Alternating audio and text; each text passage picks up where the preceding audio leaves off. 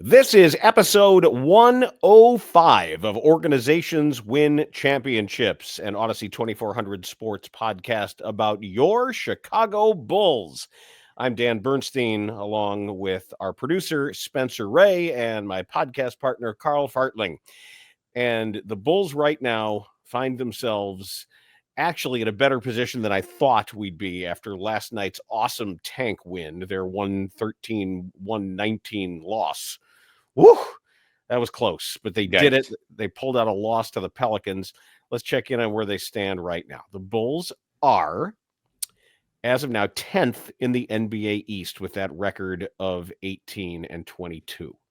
Now, the way things are shaking out at the moment in the East, at least the Pistons are good. They're better than I thought. We need the Sixers to start winning quickly, because they've got to pass them. And now you've got we look at the schedule, the Hawks are tonight. This is another big one.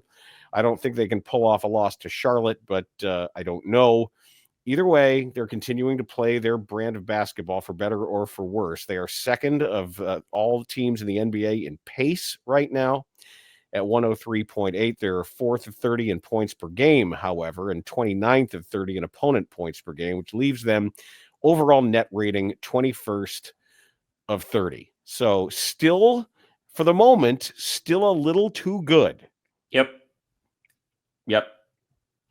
But boy, last night, that's how you do it. That's how you pull out a loss. Your New Orleans Pelicans as well. And I told you Trey Murphy is good. Yeah, he's really good. He's really I think good. He could be an all-star. I think he's legit. And Zion played pretty well, but he's still so fat. Yeah, he's so good though. And you know what I was reminded of last night watching Zion is just what a deft passer he is.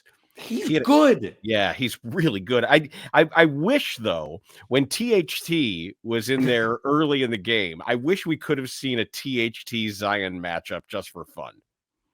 Just to see how many burgers they could eat. You think they met at Red Hot Ranch after? Taylor Horton Tucker had a couple of moments last night where he's like, I'm going to the basket. I don't care who's in front of me. I don't care what anybody's doing. I'm going to the basket. He tried to get the foul called. He did like the I'm covered in bees. And he didn't get the call. Because he thinks he can get a star call. I know he can't. That's what's so funny. That's what he thinks. It's so good. Also, we have to acknowledge that you have another live being sitting next to you that isn't me. Oh, this is the podcast. We can't see her because your name is covering her. Make her show her face. Hey, Maggie dog. Here, you see her? We wish she was our actual dog, but she's not. She's perfect. This is we dog sit Maggie. She lives across the street, but when she doesn't get along with their housekeeper, so when their housekeeper comes, Maggie comes and hangs out with us. Very cold walk this morning. I don't know what the temperature is down there, but it was 60. It was single. Oh, geez, it was single digits here. It's 60, and it was sunny most of the day. Now it's a little bit cloudy, but it's not going to rain. So yeah, it's pretty nice down here. Although next week it might snow. Cool. One of the days. Cool. You got to see the entire city's going to go on lockdown. Whenever it's the middle of Mardi Gras, people figure it out. Are the floats going? The parade's starting yet? It's carnival season. It's January. It's carnival when did the parade season. Start? Yeah, our festival season, but not for a little bit. I mean, we just got the lineup for Jazz Fest. I mean, I recognize some of the names, but I'm going to be going. So going to what? Jazz Fest? I'm going to be going to everything. Okay. I don't know how things work there. Don't you have class? Yeah. Okay. You go on the weekends. Oh. All right. And the Super Bowl's coming, so things are going to be a little crazy down there, I can imagine. Yeah. The Javonte Green was Javonte Greening a little bit last night, too, your guy. I always mindful when I get to see him out there. That Pelicans team, you can see why they're so unhappy about their injuries, because they have the makings of a real team. Yeah, and Herb Jones is hurt too. Yeah, like they should be so much better than they are. If they get Cooper Flag, because they have the worst record in basketball. If that team gets Cooper Flag, league's in trouble. Well, that's why the only thing is that are they going to be offloading assets like DeJounte Murray, CJ McCollum, Brandon Ingram, are they going to be getting rid of those guys in order to make room to tank and give themselves a chance at one of the best prospects we've seen in a long time, with the exception of Victor Wembanyama, who's already arguably a top 5 player in the NBA. His numbers are that good. I don't think it's going to take Flag very long to be in rarefied air in the league. I don't. Really? I don't. And also, did you see the game that Knipple had in Duke's he's last great game? too. He is. This draft is legit. The 2 Rutgers guys, Bailey and Harper, are great. Kasparis, what's his name? Yakachonis, is that right? From is it Kasparis Yakachonis? No, that's Egor Demin. Right. And then there's Yakachonis from Illinois. He's outstanding. Top 10. Like there are some, that Yakachonis played for FC Barcelona before coming to Illinois. He decided to play. Yeah, he was like at the EuroLeague, like Luka type. So well, it's a physical league that tests those the guys of some of these pros. Though he will not be a bad NBA player. Those guys are always good. Well, and we're talking around this trade deadline that continues to creep up on us. Zach LaVine's streak, enough Zach LaVine stuff. His streak of 30-point games. I know. I thought it would elevate his profile. I thought somebody would start getting desperate. He's shooting like 45% from 3. I know. On a high volume. And contested. How do you not want that? How do you not want that on your team as just a scoring option, especially for a team like Denver to take some of the load off of Jokic? Like that's they need such a perfect fit. He's a great fit there. I think Golden State needs to take some of the pressure off Curry. They're asking Curry to do too much. But unless the Bulls are being quiet just to play cards close to their vest or just to lay low, there really has not been chatter on any of the Bulls. I really have a bad feeling that they're not going to make a move. They'll make a move. They'll make a move. You said this last year. They will make a move. That episode where I just ranted about how they didn't make a move, and all they did was last year the Beverly signing? No, that was 2 years ago. Are you sure? I think so. I think it was 2 years ago, wasn't it? Because last year they had on the table, they had a first probably for Caruso that they didn't take. They had 2 seconds for Drummond that we know they didn't take. And they just sort of sat on their hands thinking they could compete. My point to the Bulls is a significant one, and it's about being honest about what you're trying to be and why. I think the Bulls have to confront their identity and what they mean to their fans, because if you're just going to be a marketing organization, and that's all you are, and you're going to market Derrick Rose's jersey retirement and Benny the Bull night and all the stuff that you're doing, and you're going to pack the place, don't talk about championships. Don't put those gold embossed trophies on your letterhead anymore, because you're out of the competition business. If you are in the competition business, it is an absolute professional imperative to keep that pick this year. And we're getting close to it now. We're not talking about theoreticals anymore. They're playing the Atlanta Hawks tonight here. Then they got Charlotte here. They have the easiest schedule remaining. And there are teams who are better at trying to get a high pick in this draft than they are. And you can't talk about championships and then say, well, we got to keep Kobe White, we got to keep Ayo Dosunmu, we got to keep Patrick Williams, because every night we fill the place and put on a great show. Nobody cares about anything except winning titles, or at least I don't. If you care about anything else, then you're a bad sports fan. That's the only thing that matters. Well, I think it depends on where your team is and in which sport. And this is a sport where existence in the middle gets you nowhere. It may allow you to sell out your arena and be a very profitable entertainment product. But for the reason why this podcast is called Organizations Win Championships, and it's not called Organizations Do Dinner Theater, is because the Bulls have established themselves as a team that cares about those things. And I know how competitive Arturas Karnisovas is. And if Michael Reinsdorf just wants to keep these people employed and have their nice, secure jobs in just being essentially the producers of, like Celebrities on Ice or whatever it is. What's the one from Blades of Glory? Rob Corddry's character? Was it the Grublets? Grublets on Ice, yeah. Right. If we're just doing Grublets on Ice, that's different. But if you're telling me you're trying to win, you got to prove it. You smell like urine a lot. A lot. Are you drunk? No. But this ought to do it. Is that when he smashes the rum bottle to like Captain Morgan? Yeah. I just threw up. That's reality. I am a human. I'm nothing more than a human onion. In fact, and then an encore. That's where he starts leaving. No, but seriously, like, you're not Medieval Times. You're not Blue Man Group. You're a professional NBA team, right? Because when I look at the Pelicans, they were supposed to compete this year, and that's why they made that move for DeJounte Murray. And Zion Williamson was supposed to be healthy, but then when they realized that they sucked, they're like, okay, you know what? Well, we can trade. They put everybody on the trade block. Mm-hmm. We can trade Ingram. We can trade McCollum. We can trade Murray. We can trade Zion. There were 3 guys that they didn't, and it was guys that are young. One of them, including the aforementioned Trey Murphy. I love him. I think he's the best player on that team. I think he's better than Zion Williamson.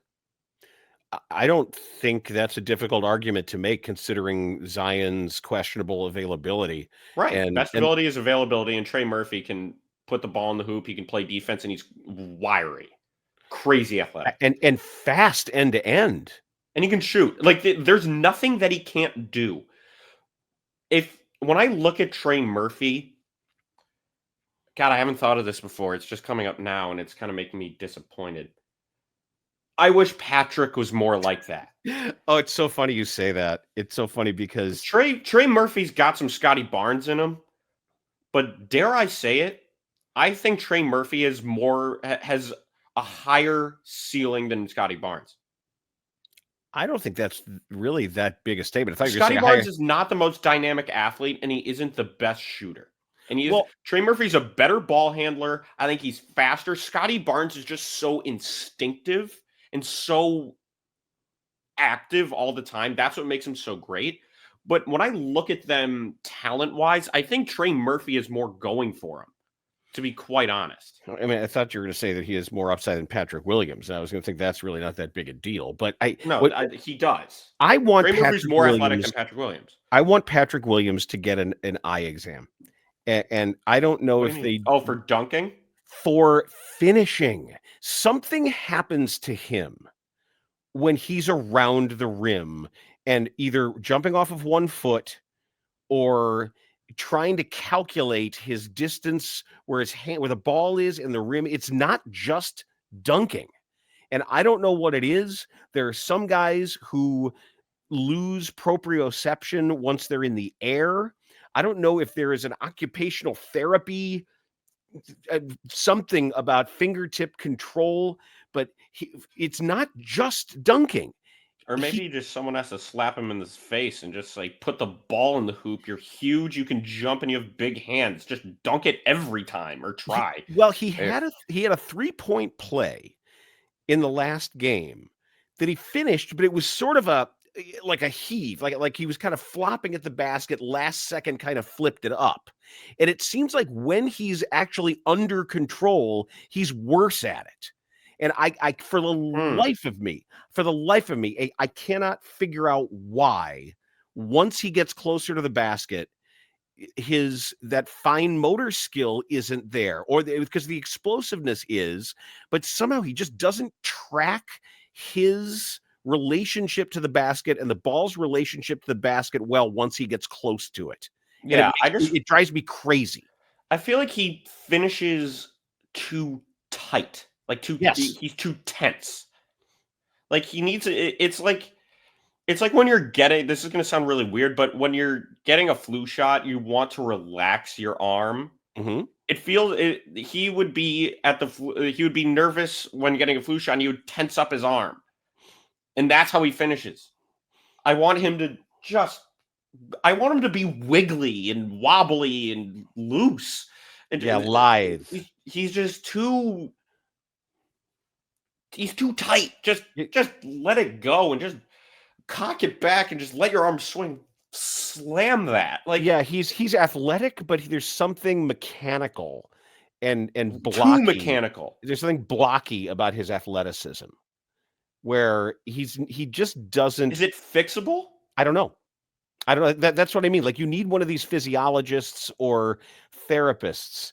Sometimes you have guys with certain amount of fast twitch muscle versus slow twitch muscle. I don't, because I know I hear baseball people talk about it all the time, where they try, like, remember Carlos Quentin with the White Sox? Oh, but even in the outfield, sort of moved around like a stop motion action figure, where it was like stop motion animation, that they're taking individual pictures of him and putting them together. So I don't, maybe some other team sees that in Patrick Williams. I don't know.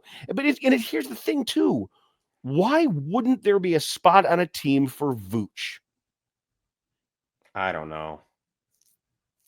There should Not this be. team, but I think, is this the last year of his deal, right? Why aren't you knocking down the door to get this guy? Or is there two more with the extension? I'll check. I don't know, but even that, he's only making like $20 million, which is not bad at all for a player like that. That's a bargain. For the numbers he's putting up? That's Are you crazy? Like, I mean, Orlando, I know you'd be going back, but they're just so injury prone that they can kind of need all the help they can get if they're still looking to make this a winning season. Golden State again could use a big that can space the floor a little bit. Oklahoma City is so good defensively that they can they have a little bit of room for error when it comes to a guy like Vooch. I know Holmgren's coming back soon, I'm pretty sure. So that's not the biggest deal so they wouldn't need him as much, but it can't hurt to have a guy like that. I mean, some team has to look at that and just say, okay, yeah, you can get us closer to a championship. He's under contract through next year. Next year, he's making 20 this year. He's due to make 21,481 next year. So it's not expiring. Lonzo's deal is expiring, and Lonzo's been terrific. Yeah. I just don't think anybody is going to take that medical risk right now. Who knows? But also with Vooch, Lakers could be a possibility as well. Sure, they need help. They need help, and they trade for everyone. And he's not very ball dominant. He's like, he can get in the post and he can get you a bucket, but he's not going to be holding the ball the entire time. And in that conference, the dominant big men are going to be Jokic and Wembanyama. And as long as he's not matched up against Wembanyama too much, or he's not the primary defender, like, Vooch is not a horrible matchup against Jokic. I mean, let me put it this way. Everybody is a horrible matchup against Jokic, so Vooch wouldn't be that bad because his play style is somewhat similar in the sense that they aren't really above the rim players. But somebody's got to take him. Somebody's got to take Levine. They want to trade Kobe White. Trade Kobe White. They could 100% shop Ayo Dosunmu and get something for him. Oh, absolutely. Do you think they could get a first this year? Like, obviously not a top first, but you think they could get one first for Ayo Dosunmu? Like, top 20? Or is this draft too good? No, not top 20. Not top 20, no. And honestly, F it. Trade Giddey if you get the right offer. Well, Giddey's defense is too bad. Nobody's trading for him. I don't think anybody's trading for Giddey. Why? I don't. Because what do you need? What are you going to get out of him? You can't play him. Right? Yeah. Not this season. You wouldn't get. Nobody would trade for Giddey. Like a contender wouldn't. I mean, but it's not like he doesn't have any value. It's just nobody would trade for him right now. Well, the guy fills the stat sheet. He really does. If you just start looking at the actual numbers, that he puts up, I think he's when you're like talking about how 12, quickly 10, and 7 or something. Like 12, yeah, 12 8, and 6 a night. and actually I want to say in his career numbers, because he's so young, he's gotten up to certain thresholds of like points, rebounds, and assists in total. If he's there with like Jokic and other NBA guys, so some of the numbers really betray his actual value because of how bad he is in with 50-50 balls, how bad he is defensively, and even on the 5-second call that helped decide the Sacramento game.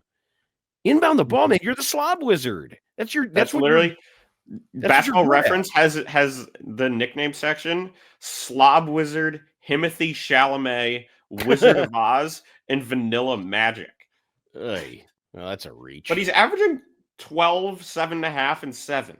And I kind of got fooled by that when they traded for him. I said, look at some of these numbers, look at the triple doubles and all that. But he renders a lot of that stuff empty because, and I don't want to, I think plus minus, I think plus minus is too blunt a stat. I don't like it all that much, but he's just not a net positive in the minutes that he gives you because of how you're asked to do a bare minimum defensively.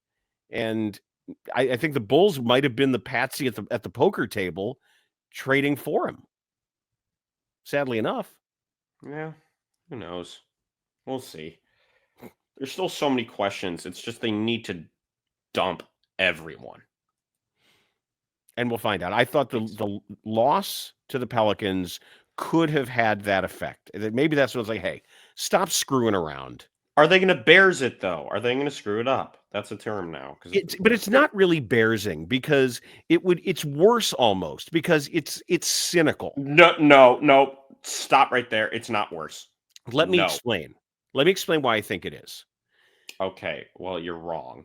Let me just give me a little latitude here.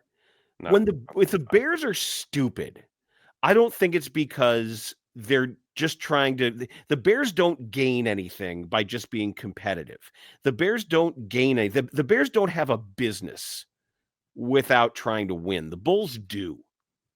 The Bulls could fake their way and just be a successful business, claim that they're trying to win, never spend into the tax, fill the arena, just sell nostalgia, sell Derrick Rose's jersey retirement. They're going to build up for an entire year with his whole Hall of Fame candidacy, and they're just going to just soak people and be a brand. The Bears can't just exist as a brand. The Bears are stupid, but it's not for not trying.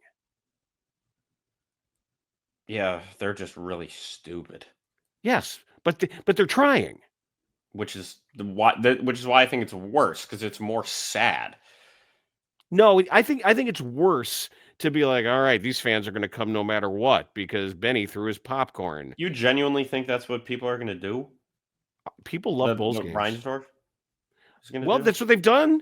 Why don't you trade Andre Drummond last year and you let him go, and the team that was going to give you 2 second-round picks gets him for free? Come on. The orders from the top were to compete, win a playoff series, get in the play-in, fan the flames, bang the drums, sell what you can sell. And then if you're talking about winning championships and you have decided that you're going to be dinner theater, so I mentioned before, at least come clean. Tell me what you are. Pick a lane. It's basketball. They're not going to do it. Also, if you're saying that the Bulls are going to make a move at the deadline, then you're saying this. Which one do you believe? I believe that ultimately this year they're going to swallow their business pride and they're gonna trade people off. Whether it's enough, I don't know. I'll bet you. No, I don't like betting. Gentleman's bet. Fine. There, gentleman's bet. I think if you're asking me, I think that they will do something. I think whether it's Vooch or whether it's Zach or whether it's both, that's what's going to happen. And then we'll see who comes calling for anybody else. But you started it with Caruso. That's what gets me. You started doing it with Caruso. And Arturas told us, he sat with us, and he said this build didn't work. Mm-hmm. Then if it didn't work, it didn't work. Move on. All right, so let's see if they do. All right. Well, that brings us to the showdown. Congratulations to the winner of our most recent crowd question from episode 104. Jason Bernstein asked you, who is the most notable Bull outside of Derrick Rose to wear uniform number 1? And with apologies to multiple-time champion Randy Brown, the answer is Jamal Crawford. And we congratulate Frank Ruffalo on Twitter, longtime frequent winner of my crossword puzzle contest, too. Frank Ruffalo got the answer correct as far as we're concerned and is our people's champ for this particular week. Now, you go first because my question to you and my crowd question are related. Okay. So, straightforward. Do you want to do the top 5 or the top 10 in NBA total offensive rebounds this season? Which one would you rather do? Let's do top 5 total offensive rebounds this season. And there are 2 guys tied at 4, which would make 5 guys. It's 1, 2, 3, 4, and 4. How about Jokic? Jokic is number 9. So just do top 10 because you'll just. Well, let's just see. How about AD? AD is 16th. Okay. How about Wemby? Wembanyama. I don't see him. He's 49th, so not very many. Where's Vooch? Nikola Vucevic is 19th. Oh, this isn't going very well for me. Just think of rebounders. Well, they're not like they used to. They aren't as publicized as they used to be. It's not considered as special a skill. They're all big guys. Maggie's bailing on you. The dog is leaving. Oh. She doesn't like your trivia question. Yeah, she couldn't hear it. No, she can't. She's a dog. She has super hearing, and Dad, you're wearing headphones. She told me she didn't like your trivia question. Oh, all right. She told me she didn't like your food. Offensive rebounding. What about Evan Mobley? Evan Mobley, not in the top 10. Okay, how about Cat? 11th. Good guess. Is Brooke Lopez up there? Nope. Is Gobert? 4th. There you go. Okay. Offensive rebounders, so they have to be big. I understand it. Big and athletic. How about Hartenstein? Hartenstein has been on the bench this season. He was out for the first, lot of games. So no, not Hartenstein. Pirtle. Pirtle is 6th. Good one. Valanciunas. 17th, but good name. Like think a couple more guys like that. Like Zubac. Zubac is number 2. Yeah. Okay. Zubac. Okay. That's a guy who like is always in there, and you're like, okay. Lively 15th. Yeah, you're getting good It's though. gonna be somebody like not Gafford. Nope. Trying to think. Bam Adebayo. Not Bam. He's 23rd. I'm going to be here all day. What's his name? There are 2 more Euro guys on here that you haven't gotten. Jared Allen on there. Jared Allen is 12th. There are 2 more Euro guys in the top 10. Well, technically 3, but one of them you don't really think of as I don't really consider as like a Euro guy. He just happens to be from Europe. It's not Luka. No. I'm trying to think how good. They're both pretty damn good. Not at defense, neither one of them. Great rebounders. Great rebounders, but not good defenders. Bigs. There's no more Plumlees left. Nurkic. Nope. Oh, I thought I had that for sure. No. Like DeAndre Ayton. No. I don't know. All right. Number 1, Yves Missy for the New Orleans Pelicans. Oh, okay. Mm-hmm. All right. Number 3 is Domantas Sabonis. I should have gotten that one. I just saw him. Yeah, that I should have gotten. Number 4 is Walker Kessler. Another one. Number 7 is Alperen Şengün. Is he? Okay. Yeah. Number 8 is Clint Capella. Should have gotten that. And number 10 is Jalen Duren of the Detroit Pistons. Pistons, man. It's finally Cade starting. Cunningham. Yeah. Cade Cunningham no, is but that dude. it's finally starting. And once they get Ivy back, like that, you watch them. That's a real team right now. Okay. Yeah, you should have gotten a couple more of those. Okay, fine. My question to you, I had some good guesses though. My question to you is this. Who is the active leader in average games played per season, including playoffs? Oh, it's not even close.